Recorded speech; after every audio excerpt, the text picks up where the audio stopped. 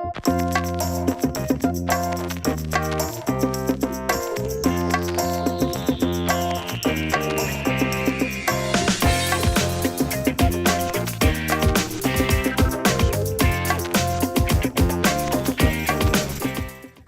morning. Okay, I'm going to start with an unreasonable request. Can some people come up closer? Is that possible? Anyone come closer? There's like empty down here and there's all of these people up here. Let's see if we can make this happen. I don't get up early very often to speak to people, so I need as much proximity as possible. Thanks, guys. I was walking into the museum this morning, and I was thinking about the last time I had an audience this early in the morning, and it was a request to be on Martha Stewart radio, of all things. And Martha Stewart radio was broadcast. They were recording it from the East Coast, so I had to get up at about 5:45 a.m. And get onto a phone, and all of a sudden there's Martha's voice. And I'm in some sort of dream state, and I don't remember anything I said. So I'm hoping that I walk out of this with some recollection. Apparently, we're videotaping it, so we're going to have some way for me to reference back. But we are going to talk about food a little bit, but we are going to try to talk about and narrow that the number of things I've done into one kind of focus. And I titled this talk. What did I title it? There it is. The Scale of the Dinner Table. And instead of creating a bunch of flashy slides for you guys, I actually built the talk on Learnist, which will be on the Facebook page for Creative Mornings, so you can go and dig in further on all the resources that built the talk. So we're going to kind of move through the Learnist Learn board on the talk to discuss this idea of scale and the table and what can happen there. So I'm going to start with a story. A lot of people I think in the room are designers. I went to architecture school, and in my fourth year of studio, I had completed all of my studio work as my last crit, and I hadn't completed essentially any of the other requirements. I just focused on studio because I loved the process. And for those of you who went to architecture school or any kind of design school, design crits are horrifying. Essentially, they bring in architects to terrorize you, tear apart your work, and to prepare you for the real world of design. I've never been treated in a design process the way that I was treated in a crit, even minutely, so I think it's kind of a broken system. But nonetheless, during my last crit in architecture school, and it was this major project, and I was getting just beaten up by a number of, I think even the guy who started Allied Works in Portland, Brad Clofield, just like tearing into my work. And there was one very lovely man who was incredibly supportive of the work I was doing, and he actually asked to buy my model that I built, my architectural model, which I was just stunned by the warmth alone, but the request to buy the model was incredibly flattering. And then he asked if we could talk and have tea, and so I was like, yeah, absolutely, anything. Like a little bit of warmth in that setting, you bet. And it turned out to be visionary architect and artist Mark Lakeman. Many of you might know of his work in Portland. He went way off the architectural radar to do guerrilla projects in the 90s, and he asked me to join his project as his partner. I was 20 years old, and we're having tea, and I'm like talking about, he's like, the work that you're doing, the way that you're thinking, I want you to actually co-found this project with me, and I want you in a couple weeks to come out and do this with me. And so what we did was the first intersection repair. And what you're seeing is the results of a group of citizens deciding to go out and illegally paint the street and claim it as public space and decide that they wanted to change the way that intersections in residential neighborhoods were set up and make it a collaborative and vital environment based upon Mark's understanding of the piazzas and public squares in Italy, and all the way back to how in the earliest cultures, people had gathered around really important nodes, and what those environments look like, and how they look like a representation of the creativity of the people that live there. Our streets don't necessarily reflect our vision of creativity, at least mine. And so this was a pretty aggressive action, if you can imagine. There was no permits. We didn't let the city know. And we also tore up the sidewalks in many places. One, the grass, but also getting into the concrete of the sidewalks and putting up infrastructure, putting up installations that represented what you'd find in a piazza in Italy. So that's down screen, right in the center there. That is a 24-hour tea stand. So always hot water and always tea and always free. And then there was a, this is very Portland. I'm sure there's a Portlandia episode either has been done about this or is coming up. But nonetheless, you could get free vegetables. There was an exchange of, the chickens had names. They spoke 3 languages. But nonetheless, it was a pretty extraordinary thing to be part of. The city was, as you can imagine, a little bit pissed off. They couldn't, for one, quite understand the boldness of this action and just didn't understand what we were doing. So there was fines issued. You have to return the street to its pre-existing condition. And then the mayor stepped in. And the mayor of Portland at the time was Mayor Vera Katz. And she said, this is actually what we need in Portland. This is what this country needs, is to have our environments represent what the people want them to look like. And people were meeting each other for the first time, and starting to create projects together. And so she went right in the face of the city and gave us an experimental project permit. And now there's thousands of these all over the country. And what I learned at a very young age was the power to convene people, the power to give people an option and an environment to gather in, and also the power of civil disobedience. And that breaking the law sometimes has a great benefit to society. Oh, thank you. First one's fine. So moving on from there, which had very little to do with food other than those chickens and the tea, I came across an article in Saveur, which used to be a great magazine. A really great magazine. I'm sure it's still fine. But nonetheless, there was this article about paladores in Cuba. And paladores were underground restaurants in Cuba. And these were, people would use whatever space they had access to, their apartments, sometimes a back courtyard, and put up some tables and cook food. And in Cuba, this was at the threat of incarceration. So it wasn't just like a cool thing that some kids were doing. This was people needed to put food on their table and figure out how to exist. And so some of these were for tourists and some were for some of the more wealthy Cubans. So I saw this notion of the paladores, and what it made me realize about the food world was how limited it was. That there wasn't an underground in American food at all. There was essentially restaurants, and then however you wanted to have food with your families or friends, but a very narrow range of expression. And so it occurred to me that we should start a movement in this country with underground food and guerrilla happenings with whatever spaces we could grab, and very much taking inspiration. It's funny that we're in EMP.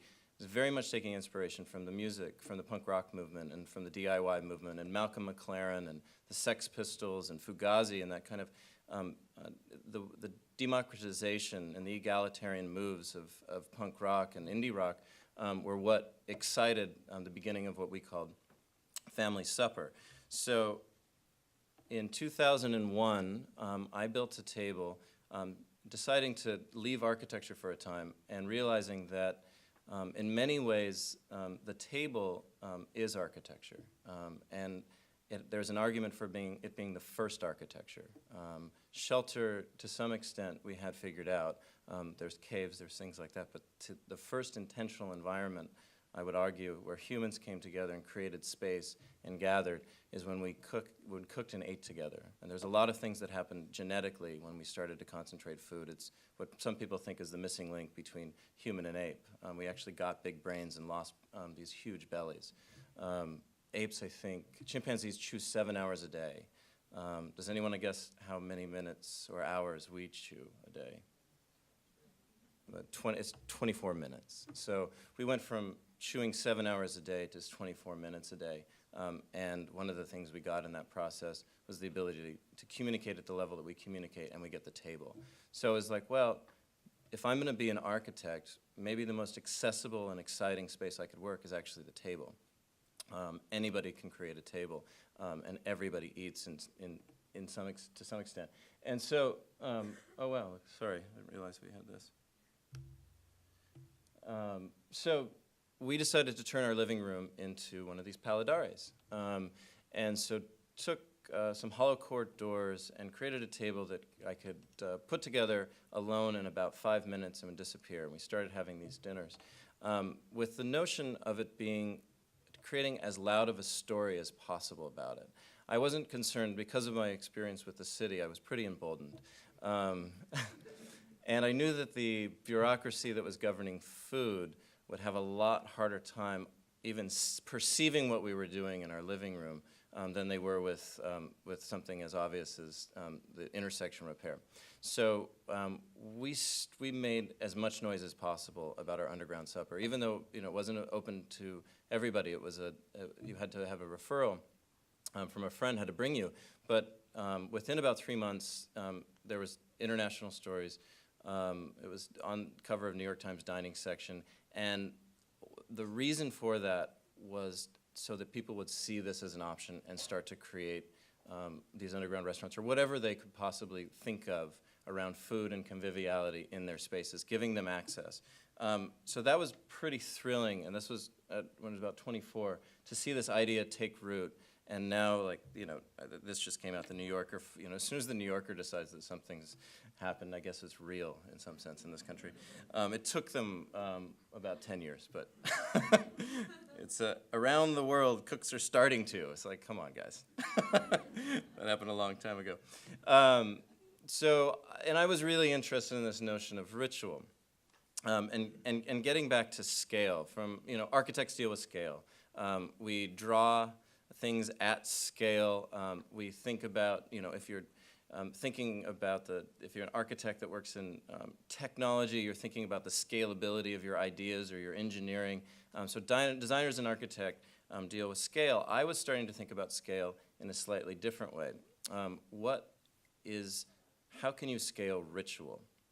How can you create a ritual and an idea around eating together and have that actually scale and have people pick that up?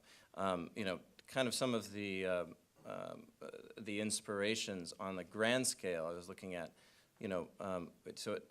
McDonald's has served over 1 billion or maybe more at this point. I don't know how many people have taken communion, but these are ideas of ritual that went to scale. The Seder is another great concept that has taken root, and you think about how many people have taken part in a Seder and how that's influenced their ideas, a Jewish ritual that happens once a year during Passover, how it's influenced their idea of themselves and history and tradition. It's like on a very, very small scale, can we start to create rituals that bring people back to the table, because we've really forgotten how to do that in our country, I think. And so family supper was this, come together with strangers and with friends, share food. You don't know what you're going to eat. It's going to be in this exciting environment, and the whole thing is going to feel kind of clandestine. And that kind of took root and went viral. So then I started to ask, what more can the table do? And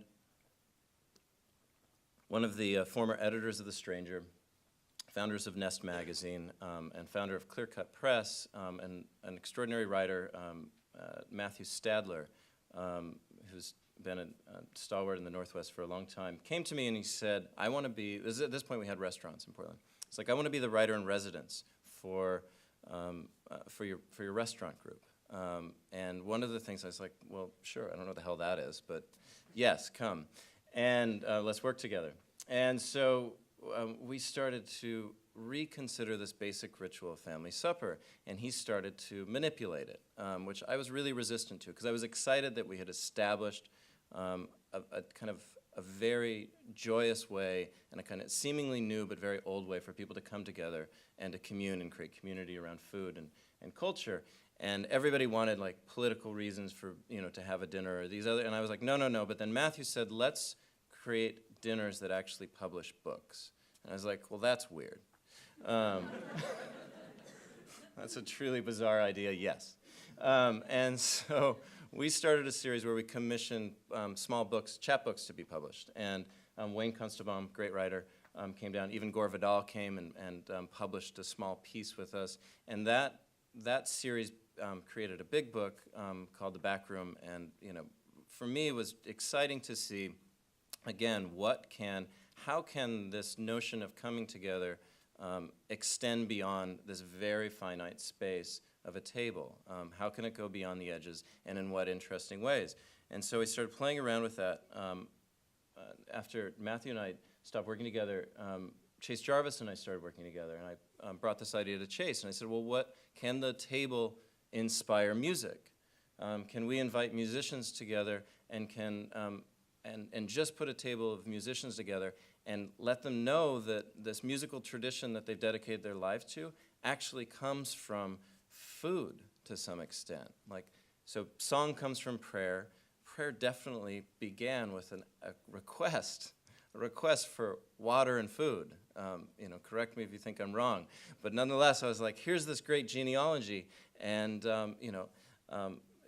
Pecknold, do you know any, Fleet Foxes, do you know any drinking songs? And they're like, well, we know our own songs. So, but I was like, well, what about, eating and drinking songs? And, people had to think and then come to the table and then sing these songs from the table. And we got extraordinary collaborations, like Stone Gossard from Pearl Jam met Tilson, who's just now back on the scene, who was part of the Saturday Nights. And they met and started playing together that night, and then they started doing a series of concerts and becoming good friends, and it was like, okay, so not only can the table create this new music form, it can also transmit this music, so what else can the table do? This is just really like deeply experimental space that I was in for a few years, and I was like, how can it really challenge people? The table is a safe place. One of my friends was like, you know what we should do, Michael? We should invite all of these amazing, high-level people to dinner and then dose them. I was like, no! No, we were not putting acid in their food, man. And I was like, and I'll tell you why. Not because I don't think that sounds like a fun time. That sounds like a blast. But there's a covenant. There is a safety. When you sit down to someone's dinner table, you're assuming on a very granular and a very soul level that they are not going to poison you. And you get really mad if they do. I mean, the amount of complaints that people get from, foodborne illness, and so, when you're not feeling well after you eat at that, dirty Chinese restaurant, you get really mad. And it's like, I'm not going to have anything to do with it. What a trespass. Not even just, making them sick, making them, have their minds blown and maybe have a terrible time. But there is a different edge. There is a safety. When I'm feeding you food, I am getting inside you. You are letting that happen. There's a vulnerability, and there's an access that doesn't exist anywhere else. But with that amazing vulnerability comes a place of potential transformation. So how far can you push people in that space? And I started asking that question. And this was a dinner I did in D.C. with probably the most absurd A-list group of people I've ever put at a table. And this was the invitation. The first thing they saw was a razor blade. And the provocation was, and it was in D.C., and it was actually paid for by the Gates Foundation. Maybe somebody from the Gates is here, or maybe they're going to watch this, and they're going to be like, oh, shit. Because they are not happy about the fact that they paid this, and they were just horrified that this was how I created a conversation about philanthropy. But this is the last time we work together, and I'm sure that I'm making it clear to the future that this is the last time we'll ever work together. But nonetheless, what happened with this provocation and this razor blade was an extraordinary evening of sharing that was not going to happen without this kind of intensity, without taking this kind of risk. We went incredibly deep, and people rewrote the Declaration of Independence. Shervin Pishvar, who's founded Uber and Twitter and all of these things, Menlo Park, like one of the best and thoughtful VC peoples on the planet, rewrote the Declaration from an Iranian-American perspective on his BlackBerry at 4 o'clock in the morning because he couldn't get it out of his head and he wanted to rewrite it. And here he read it from his BlackBerry and had people in tears. And Noah Tishby is an amazing star from Israel, wrote a new declaration that was asking for a forgiveness, and this is an Israeli woman asking for forgiveness of the jihadists as the beginning of a new declaration. It was like a pretty extraordinary night. So I was like, okay, so we can challenge the F out of people at a table if you do it properly. And so I was like, let's go further. Can we have a dinner that talks about ending genocide? Can we have President Paul Kagame there? He was president of Rwanda. And next to him is the former president of Ireland. So she dealt with the genocide. He's been called a genocidaire by most people at this point. This is before that was the case. So can we have a conversation with him about how do we end genocide? Can we do it? What is the nature? What is human nature, and how do we take it further? It was extraordinary. I don't know if it helped, impact, the future of crimes against humanity, but it was for me these were great lessons to understand how far you can go in these contexts. This we won't get into because we don't have time, but I do it's funny to be on the stage because all of the work I do is on the table, and I think it's a more interesting space because it's participatory. So now we're going to get into another notion of scale. So the projects that I was just talking to you about were really just me playing around, workshopping, understanding what the table can do, how it can play around with this notion of scale in kind of weird ways. So now getting to a couple new projects that are about actually reaching millions of people with what happens at both individual tables or inspiring millions of people to eat together, or some of the projects I'm working on right now. So Learnist, and one of the reasons I'm putting this talk on here is because it's extraordinary, but we've been doing this project, well, we don't need to go into that. You guys can do that at home, okay. Anyone got any great stories? That'll take a second. So, wow. Let's see. I don't think should we do this together really quick? Now you guys can get in touch with me. 98122. We can have dinner together. Okay, and we can buy tickets. Should we buy some tickets for tonight? Who wants to go to the show? All right, and we're back on. So, so what we've been doing with Learnist, this is a knowledge-sharing platform. So the way that I describe Learnist is essentially if you took Pinterest and you took Wikipedia and you combine them. Wikipedia is pretty flat. You learn about something and then you've got to hyperlink out, right? Pinterest is very beautiful and sexy and maybe a little vacuous. So if you, did I say that? I mean, it's awesome. It's whatever you make it. So anyway, if you combine them, you get something like Learnist, and it's sexy, it's beautiful, and you can put content on, and you can learn something without going off of Learnist. So you can learn about how to create the best peanut butter and jelly sandwich, or about quantum mechanics. So I've been bringing people together to have these dinners on topics that matter to me. Like we just had Rick Steves, Senator Jeannie Cole Wells, who started the marijuana legislation in Washington State, the top aide person from a mayor's office. We had marijuana growers, we had dispensary owners, and we were talking about how can we actually get it really legal and how we deal with the feds. And so we had this amazing off-the-book conversation, but now together we're collaboratively documenting what was talked about and sharing it with the world. So I've been getting all of these thought leaders together, and say like, okay, this was like, how can design change the world? And we had amazing people coming together. What's the relationship between nutrition and human potential? And you go into these boards, which I won't do right now because we don't have all that much time, and you can see contributions from Bobby Chang, who started InCase, or Cameron Sinclair, who started Architecture for Humanity, on these topics, and you can be in dialogue with them. So that for me was like, okay, so I can get them to a table. I've learned how to convene these people, but how do I get access to the rest of the world, to what they're talking about and what they're passionate about? Because people exchange and open up and think differently at a table.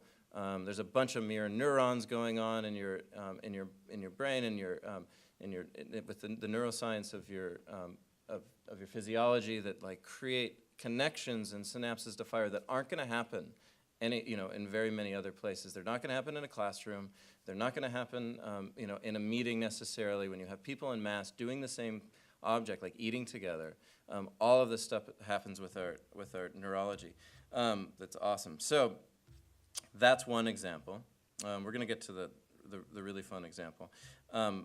Then Chase and I started working together again on this Table of Truth, and this was part of a teaching fellowship at the University of Washington. The Masters of Communication and Digital Media Department is fantastic, and everybody here should know about it. It's now been rebranded as Leadership and Communication Platform. They asked me to be a teaching fellow, which was funny because I'm a dropout, but really nice of them, charitable even. And they and the question was like, well, you're a digital media department, I'm a Luddite. I use the table, I put razor blades in envelopes and ask people to talk about the Declaration.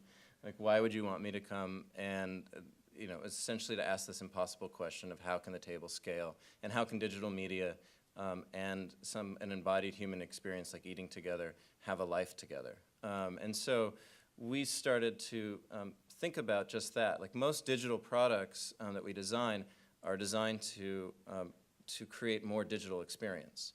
Facebook wants more of your time. It wants more and more and more and more of your time.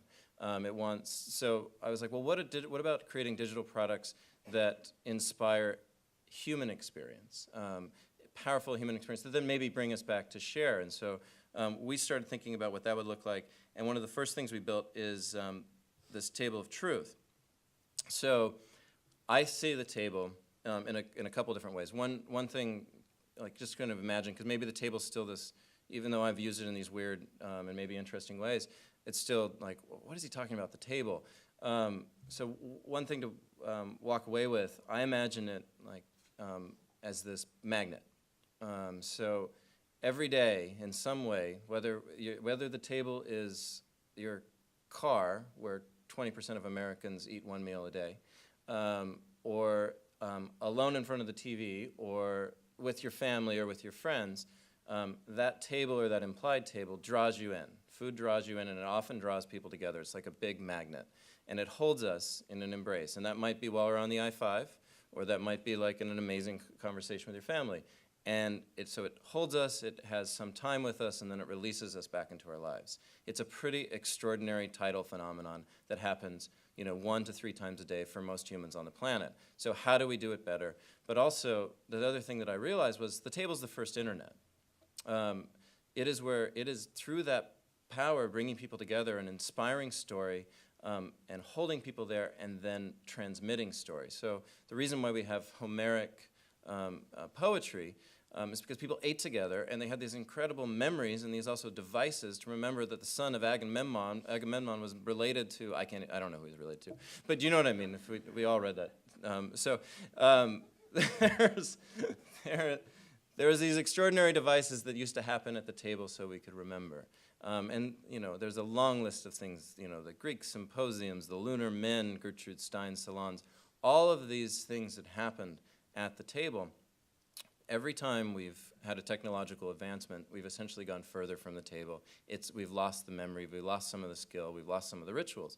So I was like, well, what if we create these, like, a new table, a rethought table? I hate the whole, like, 2.0, but whatever. It's like, what does that table look like? And so if we combine audiovisual capture and the ability to transmit over digital media and social media and all of these things into a table, because I've tried videotaping when people are eating together, and it's horrendous. It changes everything. But what if the table itself has the cameras and the audio capture? So this was number one. Chase and Scott Macklin and I designed it together. This is number two, designed with Olsen Kundig. It was over at Storefront. It's amazing. The cameras come up from a crank. It actually came down from the ceiling. There it is, over in their storefront space. And then Kate Bailey from Freetime and Microsoft designed this one that's used right now in Trefethen Vineyards, and it's gorgeous. Like the candelabras actually hold the table together, and they hold the cameras. So people know that they're there, but they forget that they're there in each one of these cases. Those are the vectors. That's kind of geeky, cool shit. Okay, so we got to go to questions soon, but I wanted to let you guys know about this project. Essentially, all of these fun, crazy, weird razor blade, musical dinners are leading to a project like this. I wanted to know what the table could do, and so I began to ask this question, what work, and is there a question? What work can the table, and can it do, and is there a question that will bring America together around the table? And so I proposed this to the University of Washington, that we create a platform called Let's Have Dinner and Talk About Death. Those of you who aren't up to date on end-of-life care and the tragedy that it is in our country, it's the number one reason that Americans file for bankruptcy is end-of-life care expense. 75% of Americans want to die at home, 25% of them do. When you combine those two things, you get the fact that we are not getting what we want, and we're paying dearly for it. And you take away just the financials, okay, so it's bankrupting the healthcare system. We're going to lose Medicare, whatever, however you draw these things out, and you look at what are some of the most unnecessary expenses in the medical space, how we die is at the top of the list. But it's also, we're suffering a spiritual death on a daily basis by not being able to face mortality or to really embrace life. I think that, you start to look at the other issues of a culture that doesn't have a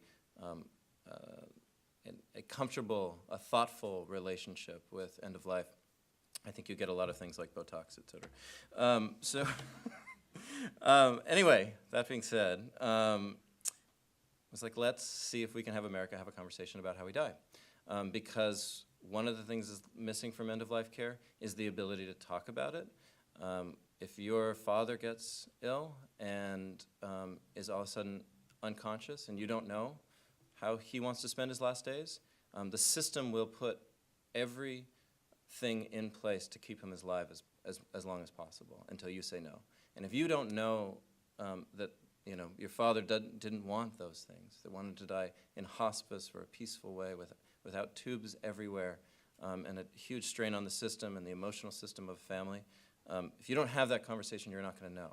And so, University of Washington's like, you want what? You want to talk about death at the table, and you want it to do, and I was like, yeah, I do. And so they said yes. And so what happened since then has been pretty extraordinary. We have about 35 of the most influential people in healthcare and wellness as partners. Ted Med gave me the main stage and keynote position this year at the Kennedy Center. The Elizabeth Kubler-Ross Foundation is now partnering with us for the launch. Participant media is involved. Like, seems to be happening. Like, we might not just get 2,000 people to eat together. There is a possibility that we'll get hundreds of thousands of people to have this experience. I have no idea if the design of this kind of technology, if a digital platform can get 1 million people to sit down and engage around such an intense topic, or even, if we were wanting them to talk about soccer. So this is very new terrain for me, I think, in some sense, in the digital space, and it might be a complete and total failure, which I'm all for if it's a failure, because I want to know we're going to learn from it, and we'll go back to the drawing board, and we'll figure out how we can create these kind of digital products and how the table can scale. And I'm being told by my clock that we should probably go to Q&A. So those are some projects.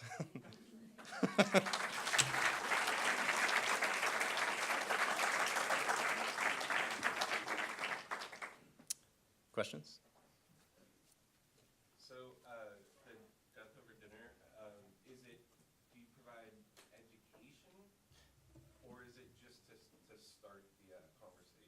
Yeah, let me walk you through that.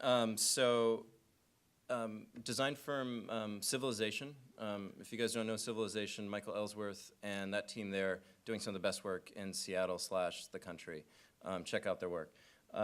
They are working with myself and UW and all of these advisors to build this site that is fully interactive. So you go to the site and it's like, oh, okay, so you're interested in this project. Maybe you want to have one of these dinners. Let's plan a test dinner. And it'll be like, who would you want at this dinner? Is it grandparents, parents, your family, your best friends, et cetera? Okay, so do you have someone who's terminally ill? Do you have someone who's in critical condition? Or are you just curious? And you want to have a spiritual conversation, a philosophical conversation. So you answer that. Very much choose your own adventure. And then it'll be like, here's some invite, potential, because it's kind of an intense topic. You might want some help with that copywriting. And, and here's some things you might want to watch, listen to, and read beforehand. So you pick that. And then it walks you through a full prompt of a conversational prompt based upon who's coming to the table and the type of conversation you want to have. There's the type of material that you're able to send to have a shared experience. These an NPR clip, a great YouTube video, a great piece from the New Yorker, et cetera, to bring it in that direction. Then here's 3 questions, and here's how to do follow-up questions, and here's how if you want to do hosting 101, here it is. So it's pretty contained. And then post-dinner, it's like, okay, you survived a death dinner, and you get that badge. Like, good job. Now, you're not done. Do you want to sign an advance? Do you want to create advance directives? Do you want to have a living will? Do you want to? There's a new national registry for organ donorship that's being created. A group called Organize, and we're working with them. Do you want to get involved with Organize? Do you want to send a petition to Congress, et cetera? Do you want? And now, how do you want to share about this? And this graph of what you completed will go out into the world. You can share pictures, videos, or you can share nothing, and no one knows that you took part in it. There's no profiles and et cetera. So. What's next? What's your next project? God. Well, this is really a major focus because of the thoughtfulness that this requires. I've reserved a lot of energy to go to launch this and make sure. I mean, I have a huge appetite, and it's hard for me to not follow any carrot. But so I'm kind of slowing down and working on that. I'm also working on a book about neuroscience, mindfulness, and table ritual with Dr. Shauna Shapiro. So that's a slow-moving process. But and then Learnist and I are continuing to throw these dinners and understand how we can really maximize the impact. And then who knows? Wow, I think you had. So the talk was amazing, and one of the questions I have is how do you facilitate actually at the dinner? How do you are there chances where you bring people together and they go off topic? Yeah. How do you do that? Yeah, I mean, it's the whole speak softly, carry a big stick. You have to. You just have to listen. It's hard to stay present when you're hosting. It's easy to get into your head about how people's experiences are and what you should be doing. Are you burning something? Is it time for dessert? Is the lighting right? Do they hate you? Do they love you? What are you doing next week? So I would say the most important thing is getting present and actually listening to your guests, because there's so many opportunities that come out of actually listening to people.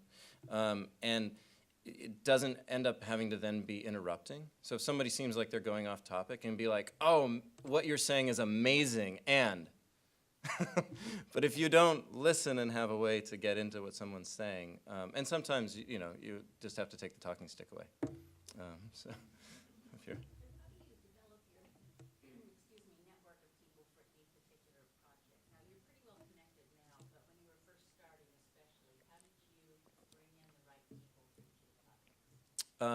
Yeah, well, the amazing thing is feeding people dinner, giving people gifts is really powerful. Andy Warhol, we were just talking about this the other day, Andy Warhol one of his first moves in creating community and culture was inviting people over for tea when he lived with his mom, which if you think about Andy Warhol at like 22, coming over for tea with his mom is pretty creepy. But still, like, you still say, when someone says, you should come over to my house for tea, it's a hard thing to say no to, because you're kind of a jerk if you don't say yes. And so, but he would then give people gifts, and then they'd be like, wow, this guy's maybe a little weird, but he's a genius. And he gave me a gift, and he drew me this shoe, or whatever it was, right?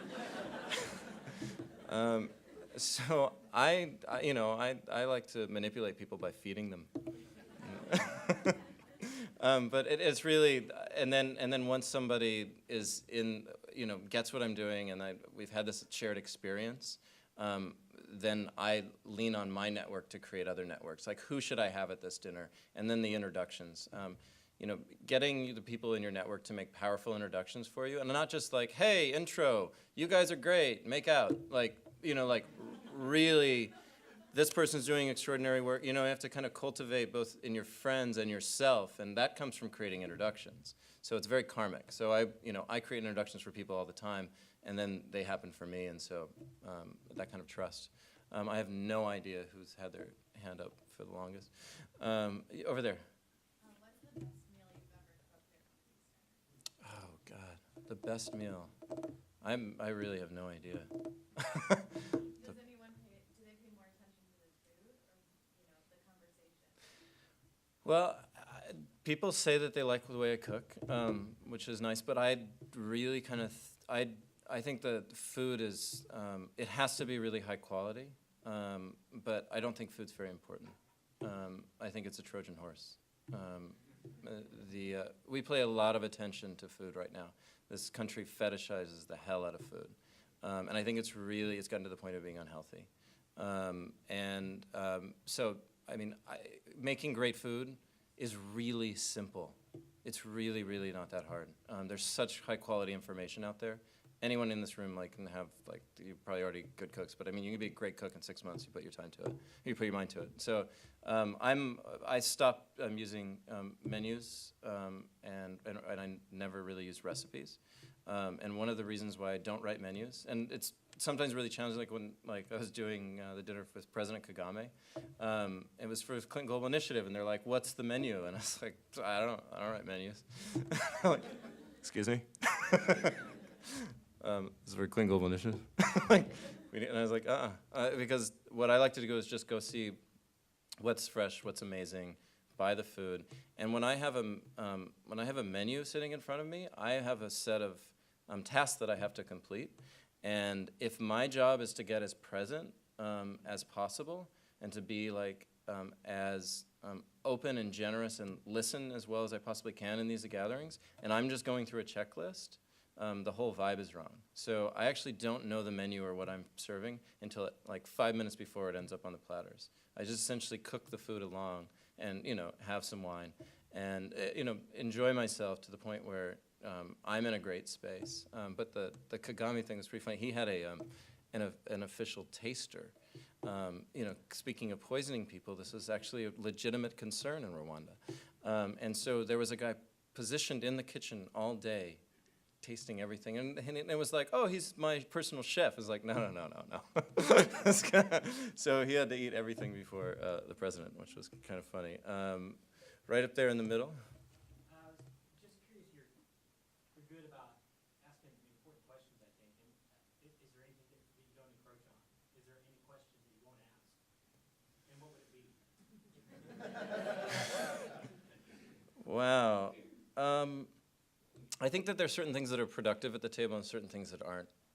There's certain things in the personal space that and personal dramas and interpersonal relationships in a group setting that don't make any sense. Personal trauma, et cetera. I don't think that you're going to get much from that in a dinner setting. I think that there's almost anything else is on the table. And that's just, I haven't really given that too much thought, so that's just my first gut reaction. Right here. You might have touched on this a little bit, but I'm so curious how you make people feel at ease, especially when they come to the table with professional, ideas about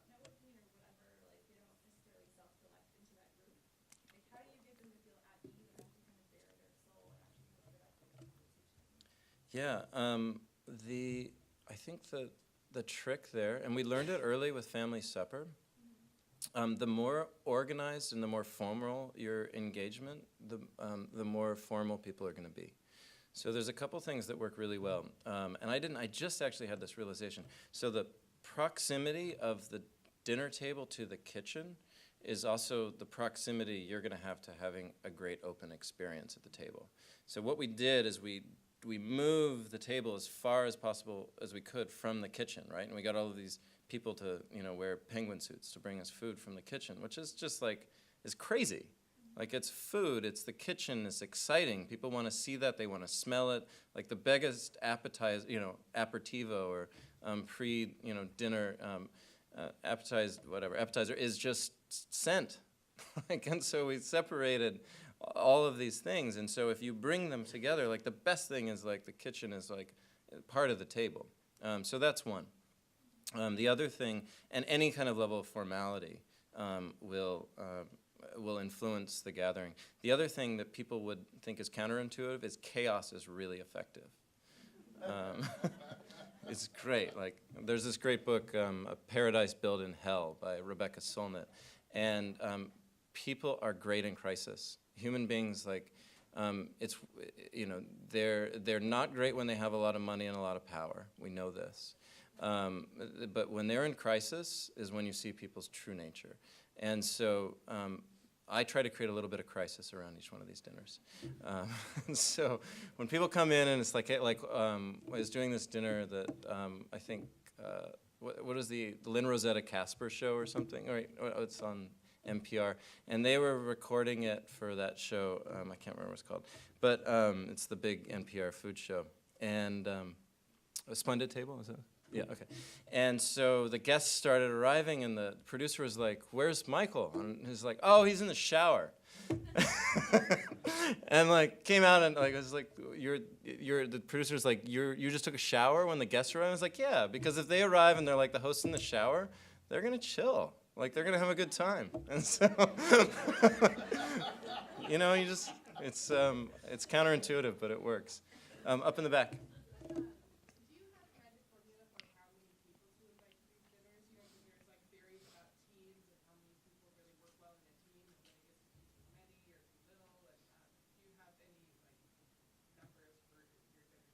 Yeah, so it really has to do with what you want, what your intention is.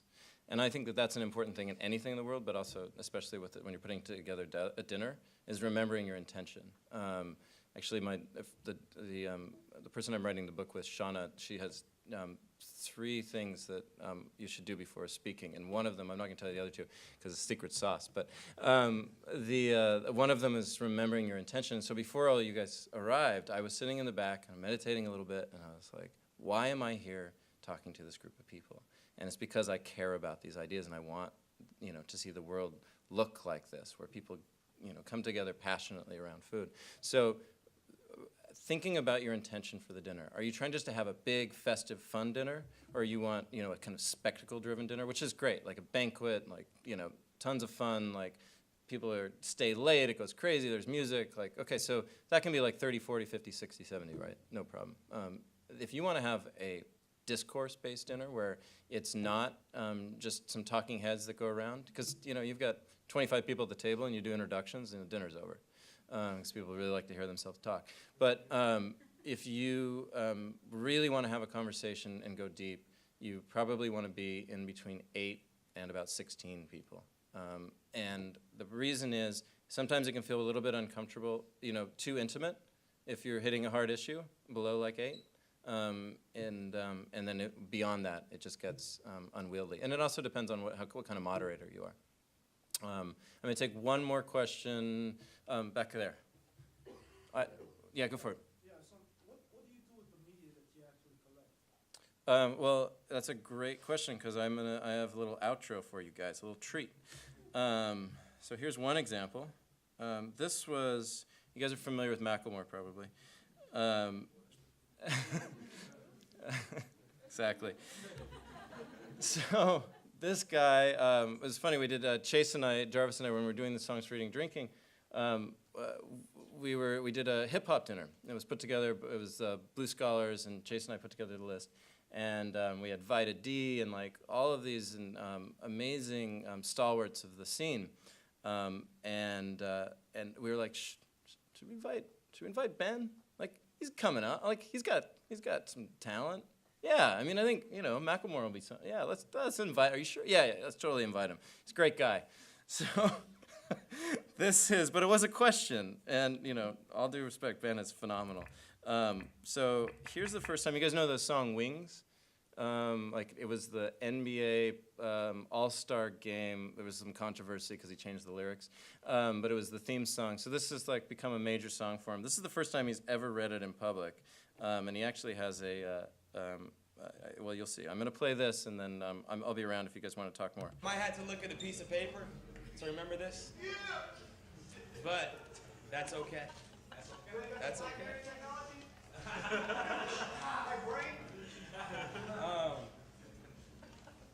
It goes like, make the money, don't let the money make you. Change the game, but don't let the game change you. To hip hop, I'll forever remain faithful. To all my people, stay true. And I say, make the money, don't let the money make you. Change the game, don't let the game change you. To hip hop, I'll forever remain faithful. To all my people, stay true. Now, I was 7 years old when I got my first pair, and I went outside, and I said, Mama, this air bubble here, this is gonna make me fly. I hit that court, and when I jumped, I swore that I got so high, I touched the net. Mom, I touched the net. This is the best day of my life. Air Maxes were next. That air bubble, that mesh, the box, the smell, the stuff in the laces, the tread, that texture, red. At school, I was so cool, and I knew that I couldn't crease them. My friends, they couldn't afford them. 4 stripes on their Adidas. On the court, I wasn't the best, but my kicks, they were like the pros, yo. I'd stick out my tongue just like Mike so everyone could see that logo.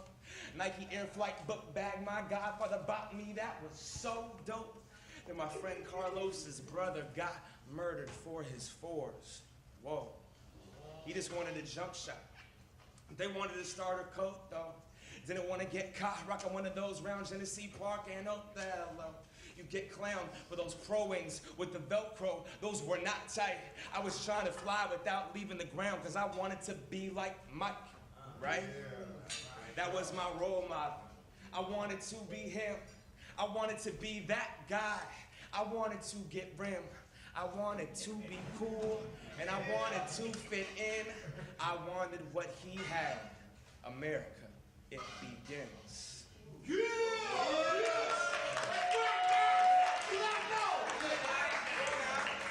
Now. All right. That's up on, I'll put that up on the Learnist page. So thank you guys. I hope you had a good time.